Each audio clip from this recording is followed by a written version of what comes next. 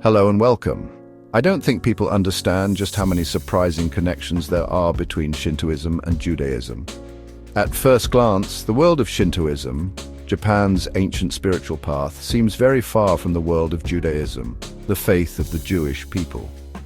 One is a tradition of many kami, or divine spirits found in nature. The other is a religion centered on one God who made a covenant with a chosen people. Shintoism grew from the unique landscape of the Japanese islands with its forests, mountains, and rivers. Judaism was born in the deserts of the Middle East, shaped by prophets and patriarchs. They look like complete opposites. A person might think there is nothing at all to connect these two ancient ways of life, separated by thousands of miles and different histories. They seem to belong to entirely separate spiritual universes. Yet when we look closer, we start to see surprising echoes. It is like hearing a familiar melody played on a different instrument. The similarities are not always on the surface. They are hidden in the way people build their sacred places, in the rituals they perform to feel pure, and in the objects they hold dear. These parallels are deep and can be found in the very structure of their beliefs about family, community, and the divine. This essay will explore these fascinating connections. We will journey through their sacred spaces, their purification rites, and their most important symbols. We will discover how two such different cultures could develop such similar ways of experiencing the sacred world around them. The journey into these shared traditions is not just an academic exercise, it is a human story. It shows us that people everywhere, no matter their background, often ask the same questions. They seek purity, they honor their ancestors, and they build special places to connect with something greater than themselves.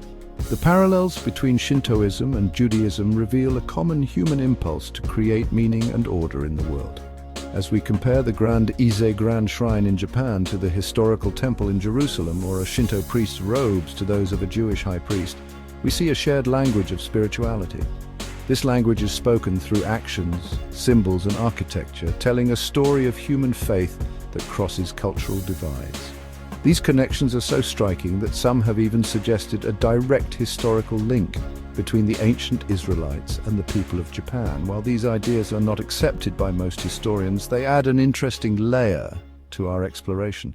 Whether these similarities are a coincidence, a result of shared human psychology, or something more, they challenge our assumptions. They invite us to look beyond the obvious differences that separate religions. They encourage us to find the common ground that unites us. In a world that often focuses on what makes us different, discovering these unexpected parallels is a powerful reminder of our shared humanity and our common spiritual quest for meaning and connection. The sacred spaces of both Shintoism and Judaism share a remarkable design philosophy, focused on separating the holy from the ordinary. In Shintoism, a shrine is marked by a torii gate. This simple yet powerful structure signals that you are leaving the everyday world and entering a space where the kami reside. It is a threshold between the profane and the sacred. Similarly, the ancient Jewish temple in Jerusalem had a series of courtyards and gates. Each one led to a more sacred area. The outer courts were for the public, while the inner sanctums were only for the priests. This idea of increasing holiness as one moves deeper into a sacred space is a core principle shared by both traditions, creating a physical journey that mirrors a spiritual one. Inside these sacred areas, both traditions emphasize a focal point of immense holiness, a place where the divine presence is most concentrated.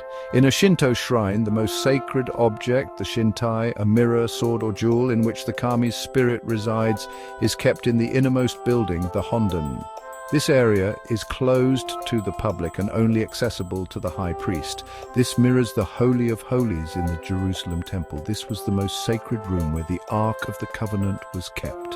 Only the high priest could enter, and only on Yom Kippur, the Day of Atonement. In both cases, the ultimate sanctity is veiled, protected, and approached with the greatest reverence and care. Another fascinating parallel is the importance of ritual purification before entering these holy grounds. Before passing through a Shinto torii gate, visitors are expected to cleanse themselves at a water basin called a temizuya. They wash their hands and rinse their mouths, a symbolic act of purifying the body and spirit before approaching the kami. This is very similar to the Jewish practice of ritual washing. Before priests could serve in the temple, they had to wash their hands and feet at a special basin known as the kayor. This emphasis on water as a purifying agent underscores a shared belief. One must be spiritually and physically clean to stand in the presence of the divine. The ritual itself prepares the mind for a sacred encounter. Furthermore, both traditions avoid the use of idols or human-like statues for worship in their most sacred spaces. While Shinto art may depict kami in various forms, the hondan of a shrine does not contain a statue for worship. Instead, it holds the shintai, a symbolic object that houses the spirit of the kami. This focus on symbolic representation rather than direct imagery is a core tenet of Judaism, which strictly prohibits the creation of graven images of God. The sacredness in both faiths is tied to presence and symbol, not to a physical depiction of the divine. This aniconic tradition creates a sense of mystery and transcendence, encouraging a more abstract and personal connection to the holy. The concept of purity, or kagari, defilement in Shintoism, and time, ritual impurity, in Judaism, is central to both faiths. It goes far beyond simple physical hygiene. In Shinto, impurity is associated with death, disease, and bloodshed. It is seen as a spiritual dust that clouds one's connection to the kami. To remove this defilement, Shinto priests perform purification rituals called oharai. They use a special wand called an haraegushi, made of a wooden stick with paper or linen streamers to sweep away the impurity. This act of cleansing is essential before any important ceremony or festival, ensuring that the participants and the space are in a state of purity and ready for communion with the divine. This focus on ritual purity finds a strong echo in Jewish law. In ancient times, a person could become ritually impure through contact with a dead body, certain illnesses, or other specific events outlined in the Torah. To become pure again, a person often needed to immerse themselves in a mikveh, a special bath of natural water. Priests in the temple had even stricter purity requirements. The idea that certain life events, especially those related to mortality, create a temporary barrier between a person and God is a powerful link between these two traditions. Both see purity not as a moral judgment, but as a necessary state for sacred interactions, a way of restoring spiritual balance. The practice of making offerings is another area of surprising similarity. In Shinto, offerings to the kami, known as shinsen, typically include food and drink. These are things that sustain human life. Common offerings are rice, sake, rice wine, water, salt, vegetables, and fish. These items are carefully arranged on special tables before the altar, presented as a meal for the kami.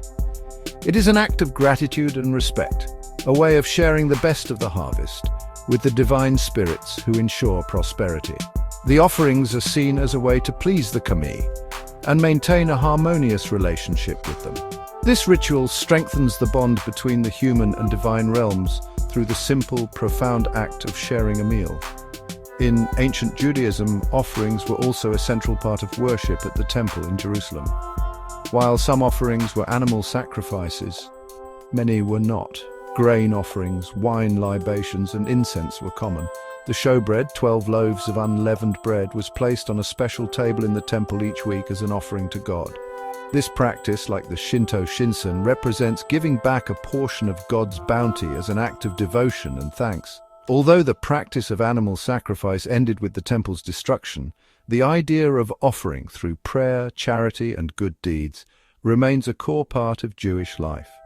Both traditions share the fundamental idea that giving something of value is a powerful way to connect with God or the kami. Section 4. Symbols of the sacred processions, vestments, and music. One of the most visually striking parallels between Shintoism and Judaism is found in their ceremonial processions involving a sacred, portable ark. During Shinto festivals, a portable shrine called A is carried through the streets. The is believed to carry the spirit of the kami from the main shrine out into the community. It's often ornate, resembling a miniature temple, and is carried on the shoulders of many people who chant and celebrate. This procession brings the kami's blessings to the people and purifies the town. It's a joyous and energetic event that connects the shrine directly with the daily lives of its followers, making the divine presence tangible and mobile. This practice is remarkably similar to how the ancient Israelites carried the Ark of the Covenant. The Ark, a sacred chest containing the stone tablets of the Ten Commandments, was seen as the earthly throne of God. It was carried on poles resting on the shoulders of the Levites during their journeys in the desert and in ceremonial processions. The Bible describes King David leading a great celebration, dancing and making music before the Ark as it was brought into Jerusalem. Both thee and the Ark are sacred containers for the divine, carried with great reverence and joy in public parades. They serve the same function to make the divine presence portable and bring it among the people. The ceremonial clothing worn by priests in both traditions also shows intriguing similarities. The traditional robes of a Shinto priest are simple, elegant, and often white, symbolizing purity. The high priest wears a special headdress, or the design of these garments has remained largely unchanged for centuries. Similarly, the Torah describes in great detail the sacred vestments of the Jewish high priest. These included a robe, a tunic, a sash, and a headdress. The high priest also wore a breastplate set with 12 precious stones representing the 12 tribes of Israel. While the specific details differ, the concept of special consecrated garments reserved only for priestly duties is a shared feature, signifying the priest's unique role as an intermediary. Music and sound also play a vital and similar role in the ceremonies of both faiths. In Shinto rituals, traditional Japanese music hall is often performed. This ancient court music uses instruments like a type of oboe, a flute, and a stringed instrument. The sounds are intended to create a serene and sacred atmosphere, pleasing to the kami. In the ancient Jewish temple, music was also an integral part of worship. The Levites played lyres, harps, and cymbals, and blew trumpets made of silver. The sound of a ram's horn is still used in Jewish services today, especially during the high holy days.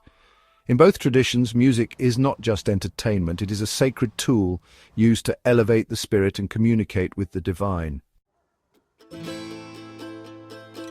Section 5. A covenant with life, family, ancestors, and the divine. Both Shintoism and Judaism place a profound emphasis on the importance of family and lineage. In Shinto, ancestors are revered and considered to be part of the extended family, watching over their living descendants. They are honored at home altars called and during special festivals like Obon. This respect for ancestors is rooted in the belief that the family is an unbroken chain stretching from the past into the future. It is through the family that traditions are passed down and identity is maintained. This creates a strong sense of continuity and collective responsibility, where each generation has a duty to honor those who came before them and provide for those who will come after. This deep respect for ancestry and family continuity is mirrored in Judaism. The Jewish tradition is built upon the idea of a covenant that passes from one generation to the next, starting with Abraham. The phrase meaning from generation to generation is a central concept in Jewish life. Family is the primary vehicle for transmitting faith, culture, and identity. Jewish rituals, from the weekly Shabbat dinner to the Passover Seder, are centered around the family. The importance of remembering one's ancestors and teaching the children is a recurring theme in Jewish scripture and prayer. Both cultures see the family as the bedrock of their spiritual and communal existence, the essential link in a sacred chain. The idea of a special relationship or covenant between a people and the divine is another powerful shared element. Shinto mythology describes the Japanese people as descendants of the kami, with the emperor being a direct descendant of the sun goddess Amaterasu. This creates a unique bond between the land, the people, and the divine spirits. It is not a religion that one chooses to convert to in the same way as other faiths. It is intrinsically linked to Japanese identity. This sense of a divine origin and a special national destiny has shaped Japanese culture for centuries. It fosters a deep connection to the natural world of Japan, which is seen as the sacred homeland of the kami. This concept resonates strongly with the Jewish idea of the covenant. The Torah describes God making a covenant with Abraham and his descendants, the people of Israel. They are referred to as a chosen people, not to imply superiority, but to signify a special responsibility to live by God's laws and be a light unto the nations. This covenant binds the Jewish people to God and to the land of Israel, which is considered a holy land promised to them. In both Shintoism and Judaism, religious identity is deeply intertwined with national and ethnic identity. This creates a powerful sense of belonging and shared destiny. rooted in a sacred story that connects the people to a specific land and a divine plan. Section 6. Whispers of a Lost Tribe Exploring Ancient Theories. Over the years, the surprising number of parallels between Shinto and Jewish practices has led some writers and amateur researchers to develop theories about a direct historical connection. The most popular of these is the Japanese Jewish common ancestry theory. This theory suggests that a group of people from one of the lost 10 tribes of Israel managed to travel across Asia and eventually settle in ancient Japan. Proponents of this idea believe these ancient Israelites brought their religious customs with them, which then blended with local beliefs to form the foundations of Shintoism. They see the similarities not as coincidence, but as direct evidence of a shared heritage. Proponents of this theory point to a wide range of supposed evidence to support their claims. They compare the layout of the Ice Grand Shrine to the tabernacle in the desert. They note the resemblance between the portable and the Ark of the Covenant. They even find linguistic similarities, suggesting that certain Japanese words or place names have Hebrew origins.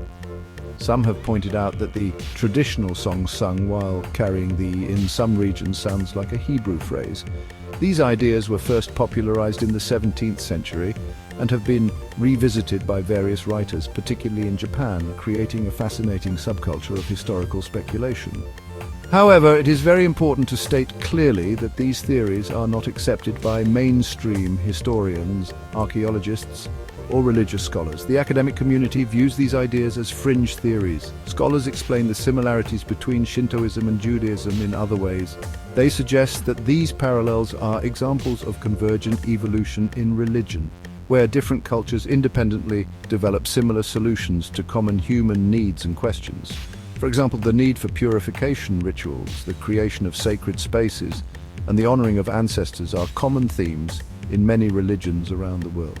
These practices arise from a shared human psychology, not from a direct historical link. While the evidence for a direct link is not strong enough for scholars, the existence of these theories is itself interesting. It shows how deeply the parallels resonate with people who encounter them. The desire to find a hidden connection, a secret history that unites two distant cultures, is a powerful one. It speaks to a human longing for a more interconnected world. Whether or not ancient Israelites ever reached Japan, the discussion itself encourages us to look at both traditions with fresh eyes. It pushes us to appreciate the intricate details of their rituals and symbols, and to wonder at the incredible and sometimes mysterious ways that human cultures can echo one another across continents and millennia. Section 7. Bridges of Understanding Why These Parallels Matter. In a world often marked by religious division and misunderstanding, exploring the unexpected parallels between faiths like Shintoism and Judaism offers a powerful antidote. It reminds us that beneath the surface of different doctrines and histories, there is a shared human spiritual impulse. When we see the Shinto devotee washing their hands at A and a Jewish person performing a similar ritual, we recognize a common desire for purity and reverence. This recognition does not erase the unique identity of each religion. Instead, it enriches our understanding of both. It shows us that different paths can lead to the same mountain and that the language of the sacred has many dialects. Learning about these similarities helps to break down the walls of otherness that so often separate us. It is easy to view a distant religion as strange or inaccessible. But when we discover that a Shinto procession has echoes of the ancient Israelites carrying the Ark of the Covenant, the strange becomes familiar. It builds a bridge of empathy. This process encourages a sense of humility and curiosity. It moves us away from judgment and toward a genuine desire to learn. By focusing on shared themes, such as the sanctity of family, the importance of community, and the need for sacred space, we can find common ground even with those whose beliefs seem at first to be entirely different from our own. This exploration also deepens our appreciation for our own traditions. A Jewish person learning about Shinto reverence for nature might find new meaning in the holiday of Tu B'Shvat, the New Year for trees. A person who follows Shinto might see the Jewish concept of covenant and feel a renewed appreciation for the deep connection between the Japanese people, their land, and the kami. Comparison is a mirror. It allows us to see our own beliefs reflected in a new light, revealing details and depths we may have previously overlooked.